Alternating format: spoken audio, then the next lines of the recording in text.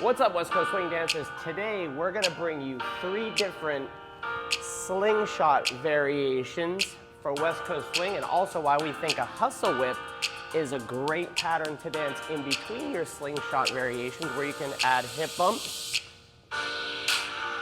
We're going to use that hustle whip again, and then we have a Brian and Megan special for your 3rd variation, where we walk our back, a rock and go inside turn. So let's get started.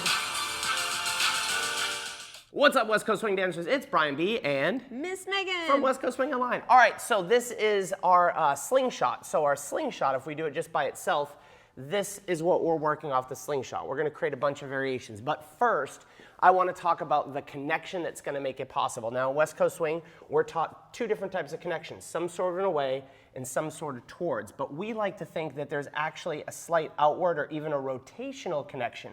So what I want you to do is grab your partner here and feel like you flare your elbows without the connection necessarily going out, right? So just feel that like when you did this in the doorway as a kid and you pushed your arms out and you let go, right? That kind of static feeling. So we're going to use that connection because that's what we're going to use to direct Megan into the slingshot. So the first pattern I like to do to set this up with my partner is a hustle whip, because I have to use both hands to be able to manage leading the hustle whip. So what I want you to do is focus on using your left hand to lead her right foot, right? So this is, we haven't done this in a while, Miss Megan. Remember the marionette? Right? This is controlling this foot. Because when I get to the slingshot, I want to be able to walk, Megan, walk. I'm actually going to tap this foot. I'm going to show you from the other side. Now I'm lightening this hand with that kind of circular connection. By lightening, I mean she's going to want to triple, so I'm going to tell her don't triple and step. And if we gave this numbers, this would be 1, 2. I'm pointing, she's on the right foot. We slowly rotate 3 till we sit for count 4, right? Easy exit out of this is to stay on my right foot. We walk her for 5, pulling that hand up. I step over for 6 in the slot, and we both anchor 7 and 8. Let's look at that from the reverse side, because this is the important part. And I see people doing this straight forward and back, right? But I like to think of it as a little bit of reading the paper, as Mario Rabau would say, reading the paper, opening this up. So there's a slight opening to the connection so we can share that space. I point on count 2. So we can both roll for 3 and we set 4. And she sets because I allow her to set by taking that rotation out of my arms, right? That's what's going to let us set. So we have 1, 2, I roll 3, step 4. Now the easiest way out of this is to put Megan on this foot for 5. Now leaders, I have to start counting in my head. For 5, over 6, anchor 7 and 8. So back to the first side. Megan, what are you thinking about for the follower to stay connected to me? Followers, I am thinking about giving connection outwardly into the leader's palms. That way we have 1, 2, and when they start this rotational connection, I can swing around for 3, and I'm going to stay here until I get a lead to go somewhere else back on 4. Then we pick this up for 5, 6, 7, and 8. So that's the basic, and I like the hustle whip first, right? If we put this in a simple progression, we're going to get to the variations. I would do a sugar push to get 2 hands. I would test socially a hustle whip to see how that sharing of space, because we have to share the space in between in the hustle whip, right? Right through there and right through there. And if that goes well, then I can lead my slingshot, take her out in anchor step. Now once I can get there, now I can play with my variation. So the first variation is some sort of a hip bump. So we go 1, 2, roll 3, set 4, bump 5, 6. We could do it again, 7, 8. Remember those 2-beat increments we talk about?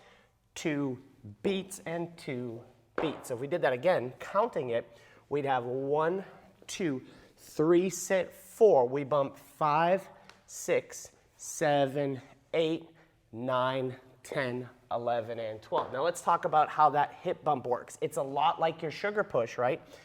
Where as soon as Megan comes to this connection, there's a quick change to that connection. We stay there, and there's a quick change back. You don't want to be in no man's land, right? This is what beginner class looks like. We go here, and there's no connection on either way, and you get all this weirdness in your body, right? So we want this to be relatively tight when we sit here. So when I pull Megan back, I don't want it like a beginner class sugar push and give her all this room. I want to use just enough energy to get her towards me and then back away. And then I will come towards her and back away. So if done well, the hand should stay pretty much on the spot, right? Now from there, if we talk a little bit of technique, we'll go a little sideways so Megan can look at the camera a little bit. Hi. I don't want my whole body going forward because that's going to look awkward. So I want to be able to isolate my hip weight towards each other. And you can play with this all sorts of different ways, but just kind of work on your hip weight moving forward and back, right? So by this block of weight moving forward and back, that'll keep you from looking stiff, right? This would be stiff, and then some sort of isolation with your hips. So if we look at it from the other side, and then we'll go on to the next couple of variations. 1, 2, 3, 4, 5, 6, 7, 8, 9, and 10. So I chose to do just one hip bump that time. Cool, so that's variation number 2. And again, remember, sugar push starts it off to get to 2 hands. I like the hustle whip next, which sets up that kind of rotational sharing space connection. I get my partner into this, right? I can bump, and then I have a different exit. So we've got 2 different variations, this one and another one for you for the exit. It's a tuck exit. So how do we get there? This breaks the rules a little bit. We like to teach everything in walks and triples. Megan's a rule follower. I'm a spirit of the law guy. But as we get going with West Coast Swing, we have to be able to stretch things a little bit. And this is one of the times we take an advantage of the ability to stretch things a little bit. So we have 1, 2, 3, 4. Let's say we're going to go straight to the tuck. I have to bring her forward on and. Now we can do a standard sugar tuck exit. 5 and 6, 7 and 8. So if I did that from the other side and counted it straight through, we'd have 1.2, roll 3, sit 4. And I have to just bring her with my bottom hand and the left hand. And so again, there's a little bit of rotation in this for and. Then we do a standard triple step sugar tuck ending. So we all remember a basic sugar tuck, the rules of the game. This goes up and tucks and goes around her head, not through, but around. So same thing here, 1, 2, 3, sit 4, and 5 and 6, 7 and 8. So things that we found that would be helpful for this is just replacing that foot, right? And Megan's gonna quickly shift into this connection. So by my right hand, right, is starting to create a rotation, and my left hand creates a stop. And immediately my fingers are pointed the direction she's gonna go.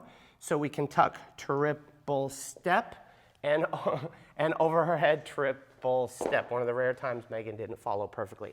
So that's option number 2-ish. The third main one is if I get into this slingshot, right, I'm gonna walk her back. Walk.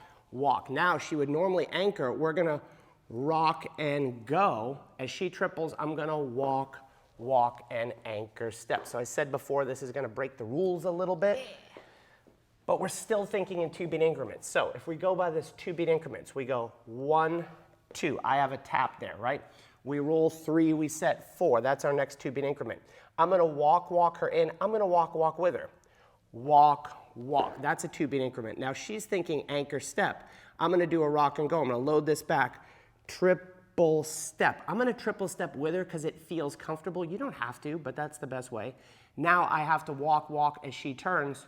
Triple step, 2 walks for me. Standard anchor. So let's look at that from the other side. Then we'll put it all together in a little routine for you. 1, 2, 3, 4. Walk 5, 6, 7, and 8. I walk 9, 10, 11, and 12. Beautiful. So if we put all these together, we're going to dance a sugar push to grab the hands. We're going to dance a hustle whip in between, maybe even all of these, right? Hustle whip in between. The standard version where we walk her out. I'm going to dance a hustle whip that lets me pick up the hand again. Socially, I probably wouldn't lead these all in a row, but for the sake of this. Then we can progress to our hip bumps, taking her back out. If that goes well, our hustle whip to pick up 2 hands. Then we're going to go to the tuck version and tuck, step, anchor, step. This time I'm going to go right side pass. Back to my hustle whip to get 2 hands. Now the Megan and Brian special. We roll her back. We walk, triple step, walk, walk, triple step. Now, there's one thing I didn't say at the end of this, which is as I get her out of this, both of these versions, the raising of the hand alone will cause her to come in to that fold, right? So both of these with the standard exit, right? The standard exit, my raising of the hand will get her to come out of that. So in West Coast swing, this is a little off topic, but there's a couple different ways that I can lead my partner. I can step back, right? I can create rotation, and I can raise my hand. So there's 3 different ways you can lead a pattern. So even though your beginner class teacher told you to step back, that's good habits, but I can lead through rotation, right? I can lead by raising the hand, and of course I can lead by stepping back. So in the exit to this, right, I don't have a step, so I can't really step back. In theory I could, but if I raise the hand as I walk with her, then I lead my triple step, walk, walk, and anchor step. All right, so there's 2 things in this video that we covered in terms of, number 1 was rotational connection, number 2 was the hustle whip. So if you want to explore 3 concepts you need to know for West Coast swing, where Megan and I talk a little bit more detail about that connection, you can watch this video up here. And since you've done the hustle whip for this lesson, you probably want to learn some hustle whip variations, and you can get our favorite hustle whip variations in this video.